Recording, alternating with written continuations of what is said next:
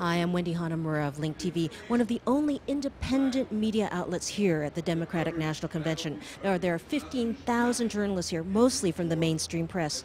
Behind me, Dan Rather, one of the icons of the mainstream press, now one of its most potent critics, is talking.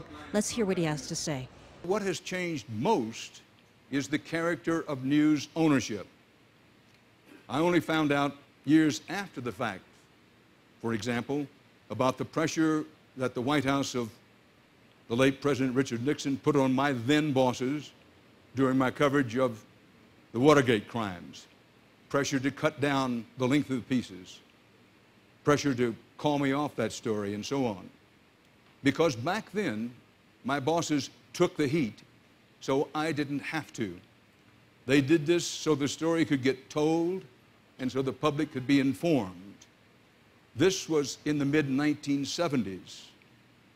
But it is rare now to find a major news organization owned by an individual, someone who can say, in effect, the buck stops here. I've said it before, I say it again, that now the more likely motto is, the news stops with making bucks.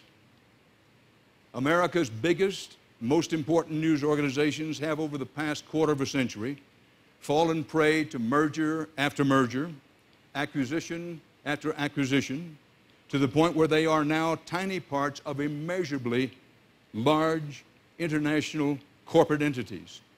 Entities whose primary business often has nothing to do with news.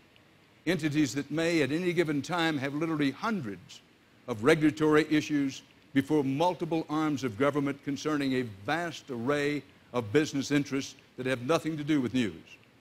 These are entities that, as publicly held and traded corporations, have as their overall reigning mandate to provide a return on shareholder value, to increase profits, and not over time, not over the long haul, but quarterly, if not on a tighter schedule. One might ask where news fits into this model. And if you really need an answer, you can turn on your television, where I suggest to you, you will quickly see some, if not all, of the following.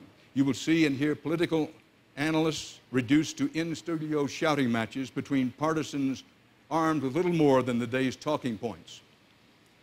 Precious time and resources wasted on so-called human interest stories, celebrity fluff, sensational trials, and gossip. So-called political debates, I put it in quotations, where the one thing that is sure not to happen is genuine debates, and where the questions that the public really cares about seldom, if ever, seem to get asked. And you will see and hear international coverage that leaves the American public ignorant of the world outside our borders, unaware of its complexities and the ways that U.S. interests are bound with those of other nations.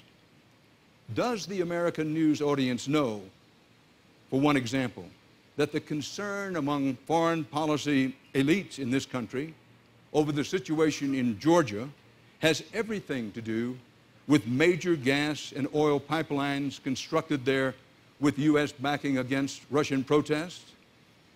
If the American public remains unaware of this fact, in the whole and in the main, after the broad but shallow coverage of recent weeks, ask yourself, who is to blame?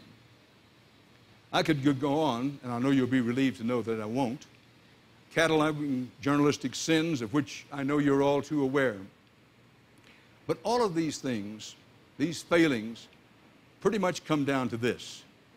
In the current model of corporate, big international conglomerate corporate ownership, the incentive to produce good and valuable news is simply not there.